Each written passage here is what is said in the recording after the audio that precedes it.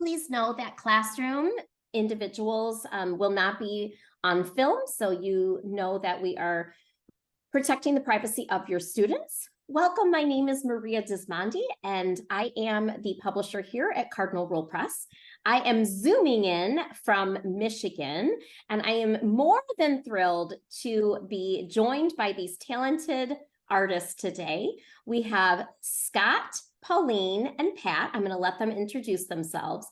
But I will share with you that I went digging through my children's bedrooms this morning and our family library shelf to find some of our favorite books.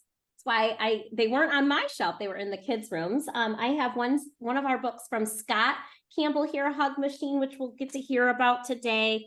I have another one illustrated by Scott here called Skulls. This is a Michigan author, Kelly DiPuccio, that Scott got to participate. Wasn't there a second book for this one too, Scott? Oh, you're muted. Should I keep myself unmuted, or is this? Yep, you can keep yourself unmuted. Yes, that would be great. Yeah, the sequel is called Zombie 2+1. They have a baby. They find a baby on their doorstep and they take care of it. Zombie in Love is like one of my all-time favorite picture books. I love that book. Man, thank you so much. And Pat, a great story, Be Strong, just one of your many.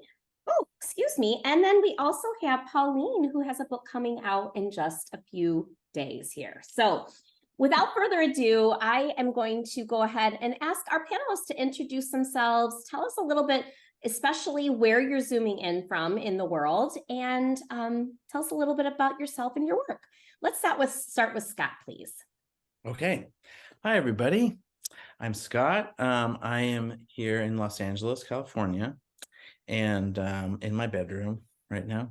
And you were kind enough to show some of my books. Like this is so I've been illustrating books for about maybe 10-15 years. And this is one that I wrote called Hug Machine. But mostly I've been doing a lot of illustrating of books. Like this was Sleepy the Goodnight Bunny with the Drew Daywalt, who did The Day the Crayons Quit. East Dragon, West Dragon is another one about, we might chat about this. But then I also have things like, I like to do interactive things with children and adults. And so this is like a guided sketchbook called Adventures in Drawing. Am I backwards? Does this look backwards? No, I can read it. Yeah. To me. Maybe that's so that I can. Okay.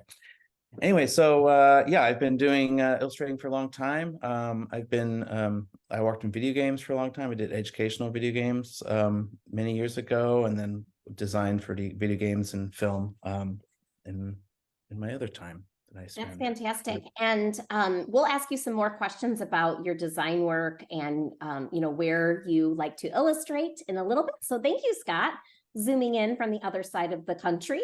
Pat, welcome. Hi, I'm Pat. I'm here from Madison, Wisconsin. I'm like in my dining room. And I have 20 books that I've done for kids. The one about friendship that is probably the most friend-centric is When I'm With You, and Eliza Wheeler did the art, but that's all about like having a best friend. Then I've got The Quickest Kid in Clarksville, which is about becoming friends with somebody that maybe you didn't think you liked all that much when you first met them. And Frank Morrison did the art for that one. And I've got Sophie Squash, which is about falling in love and becoming friends with, an actual vegetable, butternut squash. And Ann Wilsdorf was the artist for that one. And I've just always loved telling stories and sharing them with other people. Fantastic. Thank you so much. And you are not far from me in Michigan. You're in Wisconsin. Oh. And Pauline, welcome. Hi, I'm here in Brooklyn, New York. I'm in my home studio. I angled the computer so you only see the clean corner of it and not the messiness of the rest of it. I was a teacher for many years and a school administrator, and now I'm a writer of plays for grownups and books for kids. But first I'm going to just also do what Maria did. I looked through some of our favorite books, and guess what I found? Oh, These are big favorites. And Scott, this one is even signed from one time when you were in Brooklyn. So we are very happy to. Oh, wow, cool. Yeah, me and my now 8-year-old. You. Great. So, but we as a family totally adore both of those books. So I'm so excited to be with you guys today. I am the author of Everything in Its Place, which was illustrated by Charnel Pinckney Barlow, which is about a shy kid who hides out in her school cafeteria during recess, or her school library during recess, until she's inspired by the members of a diverse women's motorcycle club to have the courage to step out and make friends. And I'm very excited to say that I'm the author of the very forthcoming Time Machine with Cardinal Rule Press, which is about a kid who wants to build a time machine, not to go back to ancient Egypt or to visit King Arthur's court, but to go back to last Thursday, because that's the day she said something really unkind to her friend. And apologizing is so hard that who knows, maybe building a time machine would be easier. Fantastic. All these introductions, we're going to jump right in and we're going to talk a little bit about, the theme of today is childhood relationships and friendships. And a big question that I have for our panelists and our creatives today is, what are some of the traits? What are some of the things that you look for in a good friend? And you can point to one of your books and you can talk about an example of one of your books. You can show that. But what is it that you look for in a friend? I know this is something that's really important for children at the beginning of the school year, which, they're all making new friends, maybe even breaking up with old friends. But right now, there's a big focus on friendship in schools. And so let's dive in. Okay. Steph, I like, thank you. I guess I could start. I like to laugh a lot, and I like to spend time with people who make me laugh, and we can just have a lot of fun together. So even when there's times that are really tough, I think it's nice to have someone that can make you feel good and feel happy, and just be there for you. I love that. That's one of my favorite traits. That's wonderful. And I wonder if everyone tuning in right now can think of a friend that makes them laugh. And this is an easy one for me. I have a friend named Danielle, and she makes me laugh so hard. Sometimes I cry from my eyes and my belly hurts from laughing so hard. So if everyone can think of a friend who makes them laugh, I see some people giving me a thumbs up. Awesome. All right. Another character trait from what we find in a good friend, Pauline or Pat? Well, okay, I think a good friend is somebody that just makes everything better when they're hanging around you. Like some people just make you feel better about life in general, about yourself. They really see you. And when I was writing When I'm With You, the first line of it is, there's something that I've noticed, perhaps you've seen it too. Life is so much better when it's me and you. And I think that if there's somebody who just makes your life better because they're around, that's, a really good friend. And Pat, can you think of someone in your life currently that matches that trait? I have a twin sister, and she lives in Michigan as well. And so I'm in Wisconsin, and we're about 8 hours apart because you've got to go around the bottom of the lake to get there. But she makes my life better just by being around. And, we've been together from, day one, and she just gets me. That's awesome. Very cool. Who's older? I'm 10 minutes older, and I don't let her forget it. Older and wiser. All right. Thank you, Pat. How about you, Pauline? I think there are two things. I think one is I'm a big introvert. So somebody who's both a good listener and also is going to ask questions, because I think I can sometimes be a little bit shy about sharing about myself.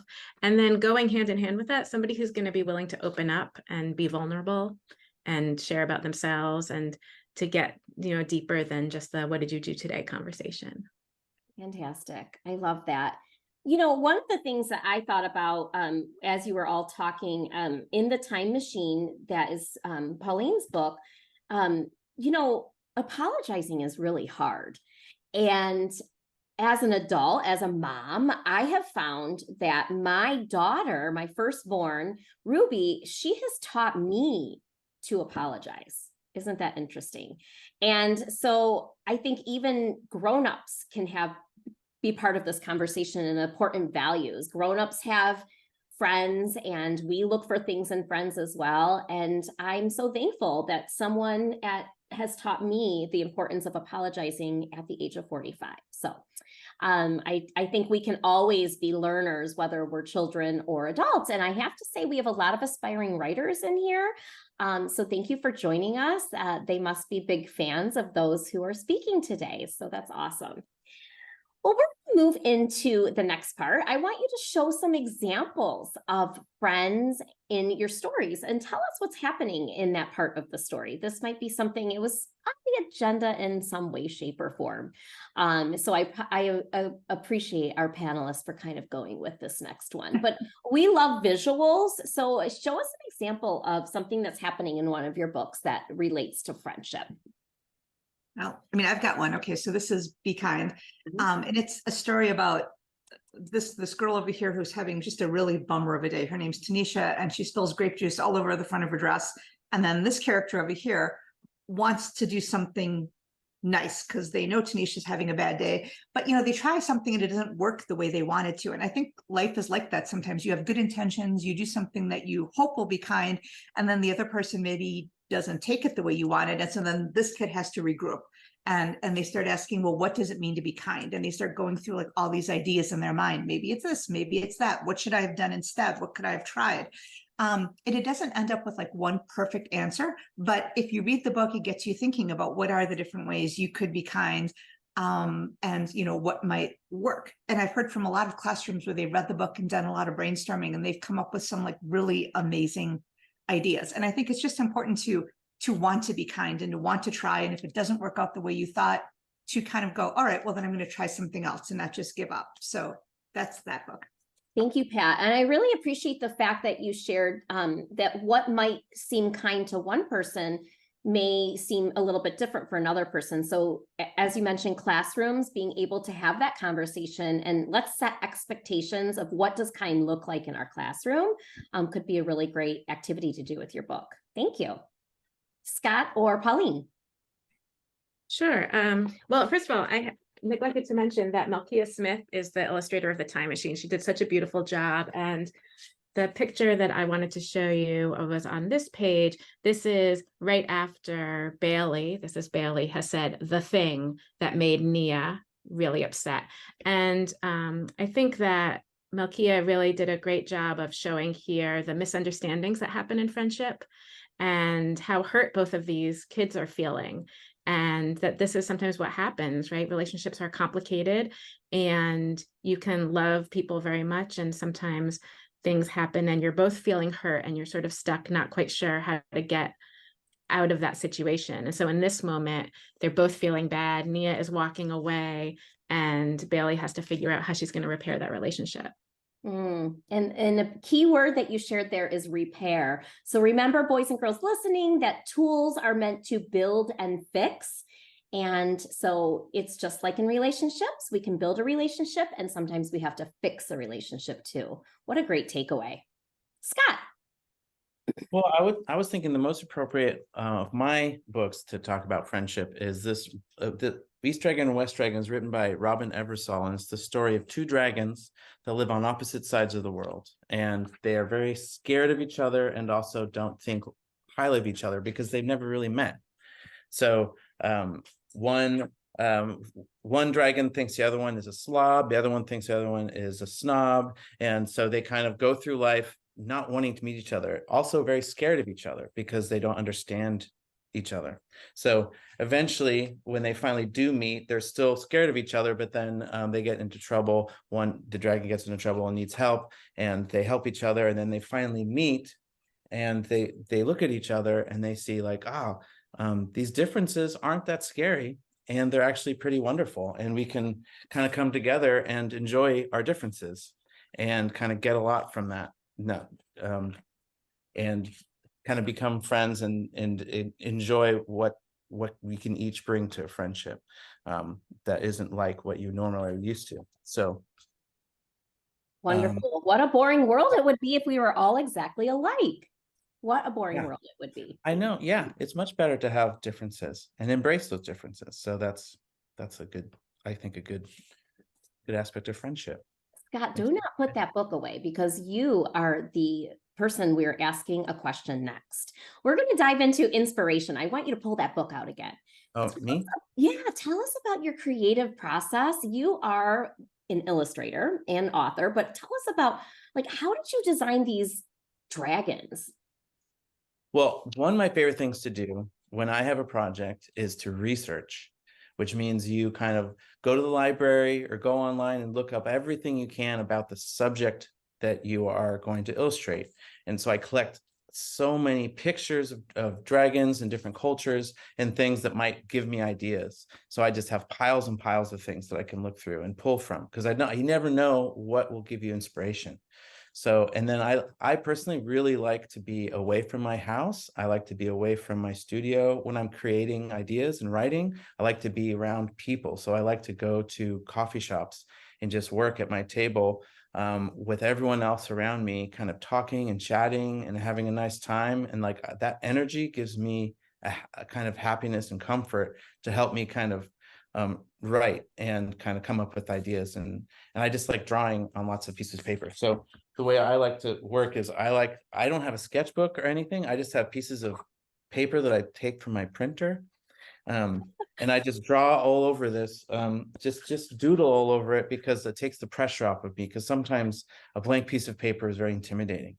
So for me, I just have to start writing things. And I also have a little notebook, and every day I spend the morning writing for like a few minutes, just writing just what comes into my head about anything, free writing, just maybe what my day is going to be like, and something will turn into something else. And then just like where I'll write the word rock, and then I'll start drawing some things that just rock makes me think of, and some stories and things. So I guess it's a variety of things, of gathering reference and then looking at just kind of ways to kind of loosen up your mind so you can start thinking of something and just start having a good time, because it's about having fun.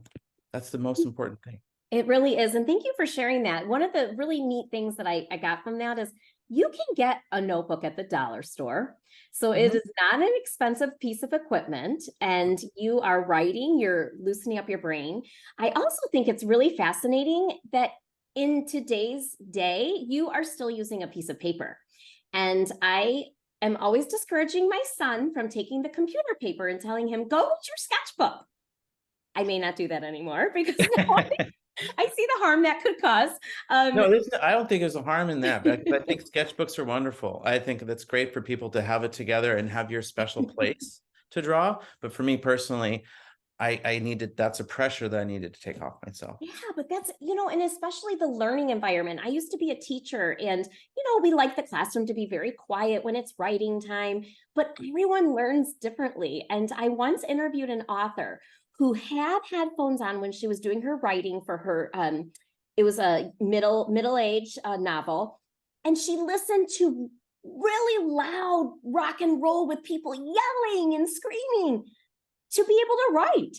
So wow. It's different for everyone. Some people need quiet, some people need noise. So thank you for sharing your process with us. It's fascinating. All right, so now I'm going to go over to Pat or Pauline. What would you like to share with us as far as your inspiration, or kind of dive into maybe what inspires you, and then how do you take that into your process of writing and creating? Do you want to go, Pauline? Sure. Well, it's funny because the time machine came about in a very different way than some of my other pieces of writing. I'm usually very inspired by nonfiction, by things I learn about the world. My first picture book came about because I have friends with some people who are in a women's motorcycle club, and I started thinking how cool that was. And a lot of the plays that I've written have been inspired by real life people, and I get ideas when I read the newspaper and when I read magazines. But with the time machine, it was very different. I have two writer friends who also write picture books, and we had decided that in order to inspire each other to write more drafts, we were going to alternate giving a prompt to each other for over a couple of weeks, and then share the work that we had produced. And I usually don't like writing to a prompt. And if it hadn't been that they were friends of mine, I probably would have said no thanks. But because I like them, and I said, okay, I'm going to give it a try. And one of the prompts that one of my friends gave was, write a picture book that involves a machine. And I thought, I can't do this. I don't really like machines. I'm not like a, and then I started thinking, oh, and kids really like construction vehicles and stuff. And I don't know anything about that. I can't possibly, what kind of machine? The only machine that I would want in my life is a time machine for all the times when I say something dumb or I do something that I wish I hadn't done, and then I could go back in time. And that's how the time machine first draft got started. And the first lines of the time machine came out of that feeling of, yeah, not a time machine to go back to ancient Egypt, not a time machine to go back to King Arthur's court, a time machine to go back to last Thursday. So that was a fun moment of having other writers inspire me just by giving a prompt and getting me to sort of break out of my usual routine. Wonderful. awesome. Wonderful. It is so neat. And I know there's a lot of teachers tuning in who are looking at their students and winking their eyes because we don't always want to do what our teacher tells us to do, but a story can definitely come out of some of these different prompts. Thank you for sharing, Pauline. Yeah, and I get like a lot of my ideas from watching and listening. I think if you're someone who notices all the weird, quirky things that go on in life, you're probably a really good creator in some way, because like I'll notice little tiny things and go, I could do something with that. And so a lot of my books are inspired by like little things I saw in life, like this one, What Can You Do with a Rock? And Scott had mentioned rocks. This was inspired by my youngest daughter, who also inspired Sophie Squash. She went through a period where we had rocks like all over our house, like they were under her bed, they were on the steps, they were lining the windowsills. And wherever we went, she would come home with like a pocket full of rocks. And she didn't care so much about like, whether they were igneous, metamorphic, or sedimentary. She didn't care what their Latin name was. She didn't, she just liked the way they looked and they felt. And, and so she's now 21 and in college, and I still have a box of her favorite rocks in my house. And so I came up with this idea, what can you do with a rock? And it's a kid who, like my daughter, just loves rocks. And it's going through with, all the things you can do with rocks. You can drop them, you can skip them, you can wish on them, you can hold them, they can make you feel better. And then at the end, I have all the sciencey information for people who are into that kind of thing. And Katie Kopp did the art and was just amazing. And like Scott said, she went out like into the world and like studied rocks and like took some trips and did some things. And the funny thing is that when my daughter was young, we were at a beach on Lake Michigan, and she spent the whole day playing with rocks. And Katie did the art. And this looks an awful lot like my daughter, and she never saw the picture. So it's just weird how like life worked out. Because I'm like, that could be my youngest daughter.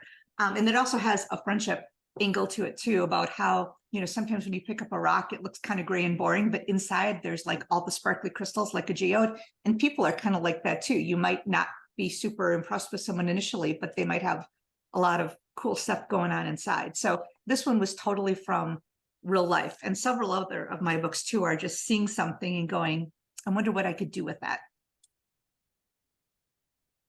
That's wonderful. What could you do with that? What could you do with that?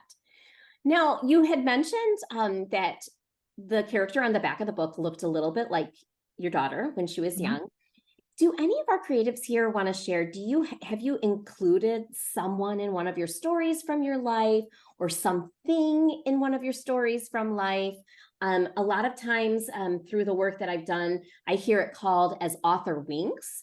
So you might have, a blue jay because they're your favorite bird, or something for children to look for. So does anyone have any author winks that they'd like to share with the audience? I have one little one. I don't have a copy of this book with me, but I wrote a book called See You Someday Soon. And there's a cat that makes a very brief appearance. And I named the cat Clarence because that was my grandfather's name. And so I know that. I'm not sure anybody else would. And I've got another book where I've got a character named Marvin, which was my other grandfather's name. So I kind of like worked those two things in there. Oh, what a nice legacy for your grandfathers, right? They're in a book, Marvin and Clarence. Fantastic. Yep. How about you, Scott?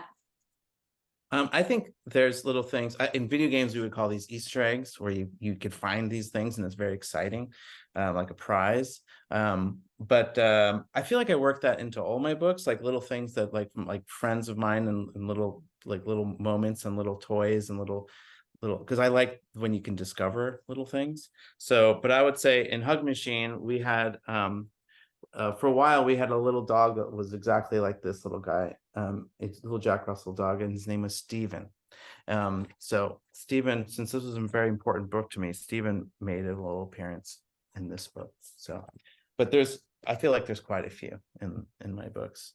And you said that you sometimes they were in reference to a friend of yours. So would you send the friend a book and say, there's something special for you in here? You know what? It's like there's so much that I kind of forget.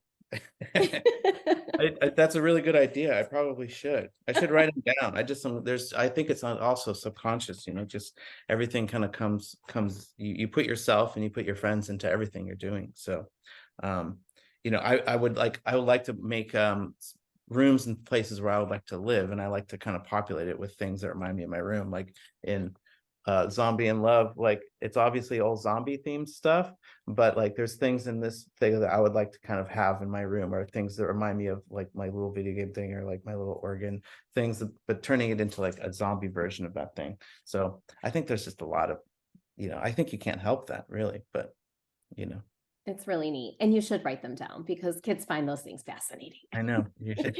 That's true. Okay. I'll go through all the books. I'll make a Okay, little. write it on a piece of paper. All right, Pauline, your turn. I was just thinking, I don't have author winks. What would be the opposite of an author wink? Like an author full body wave. I feel like my characters are sort of me. I wrote about a shy kid who is really introverted in my first picture book, and that's me. And I wrote about a kid who struggles to apologize. I just think I put myself into the characters. I think that they're just versions of me, but now I'm starting to think what could be some fun author winks in the future. Sure. So now I'm going to have to plant some for a future piece. That's wonderful. One more thing too. So sometimes, like, since I only write and don't do the art, sometimes it's amazing how it works out. Like in Be Kind, there's this character over here, and my family looked at that, and my youngest daughter, spoken the way only a kid would, said, "Mom, that's what you're going to look like when you're older." And I'm like, well, she's not wrong, and I've not met Jen Hill, but yet I feel like, okay, like, that could be me in a couple of years. So it's kind of funny how the art sometimes, ties into your life in ways you wouldn't expect. I love that. That's awesome. Well, we are moving into our Q&A session of our talk today, of our panel, and we have several questions. So I actually have 3 that popped up here. So whoever has an answer, you can chime in. The first question is, what do you wish you'd known when you first started your publishing journey? So if someone could have, looked to the future and given you some tips or advice, what do you think that would have been?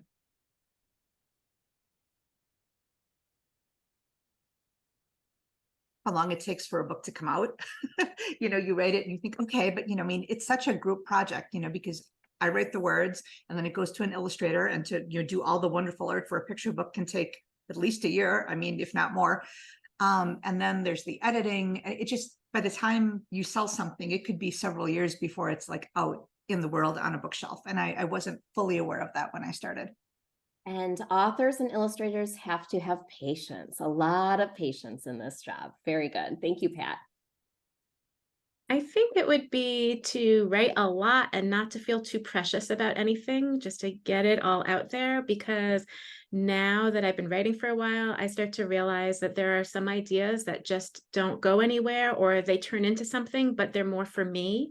They might not be either ready for the outside world, or they might have trouble finding their audience, and that's okay too. There's still this thing that I wrote, and I still got things out of working on it. I learned a lot from working on it. So I think that would be advice I would give my earlier self, which is just not to worry too much about landing on the perfect idea and that it has to become the perfect thing, but just you've got that spark, just start writing and see where it goes, and be flexible about trying lots of different things. That it's all part of the journey. My calendar this morning said progress over perfection. So it's all part of that progressing forward. Mm-hmm.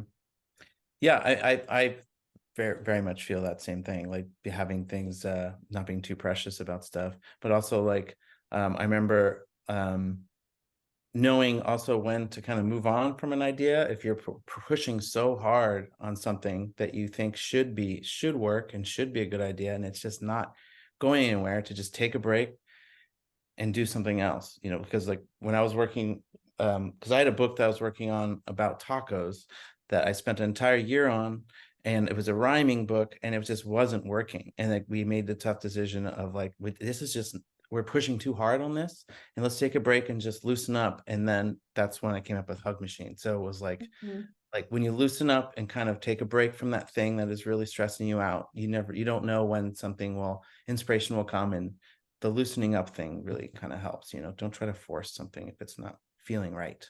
Thank you, Scott. This next question kind of, I would say, goes into left field. So this question is asking, what are you reading right now? Do you have a favorite book?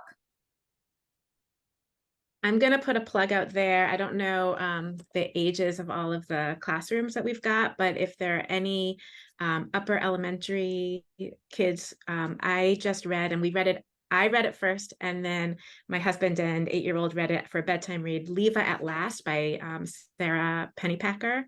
And it was amazing, super funny and quirky, and just such a great read. It's a semi-illustrated short, like late elementary, early middle grade novel. Thank you.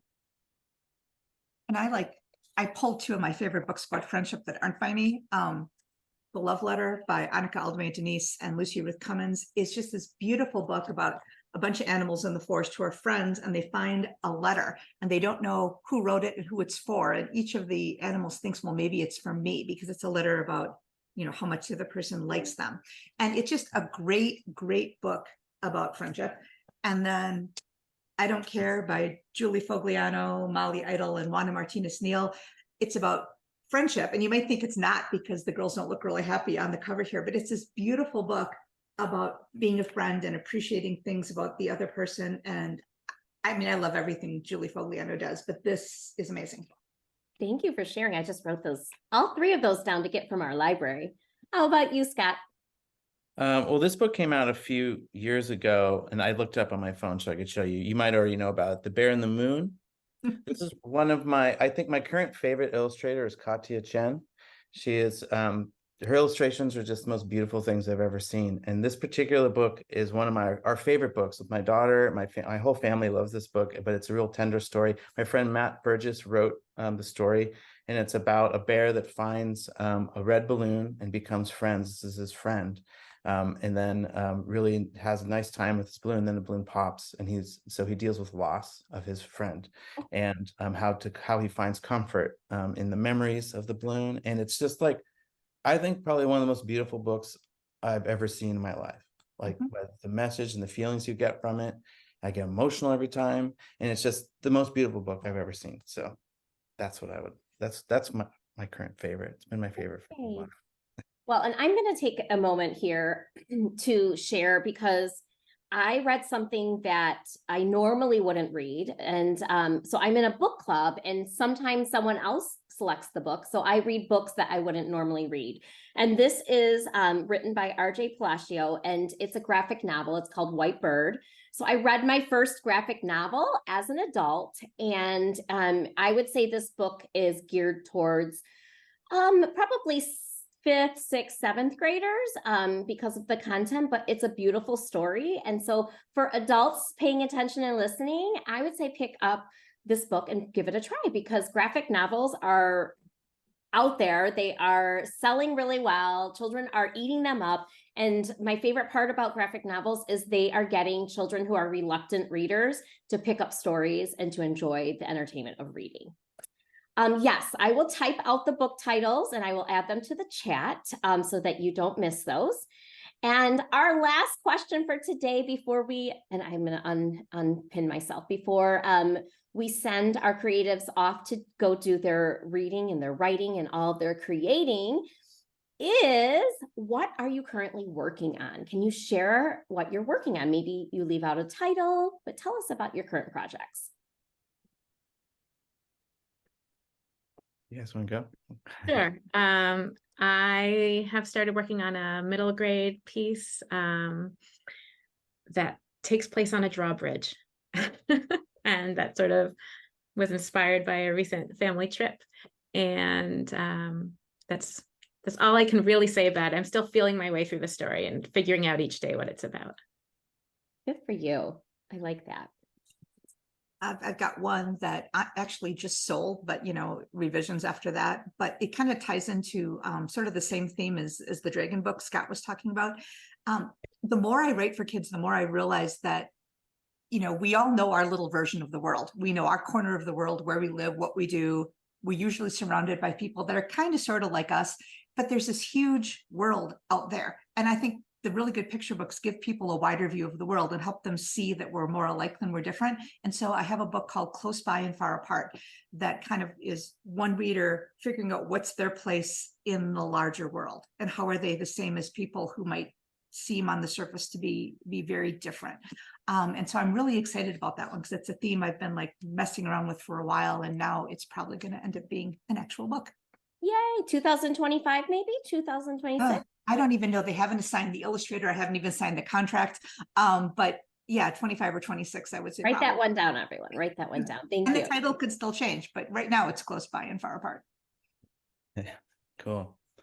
I actually have something I could talk about, but I mean, I can't talk about the specifics of it, but because you were talking about the graphic novels, I signed a deal earlier in the spring. I was a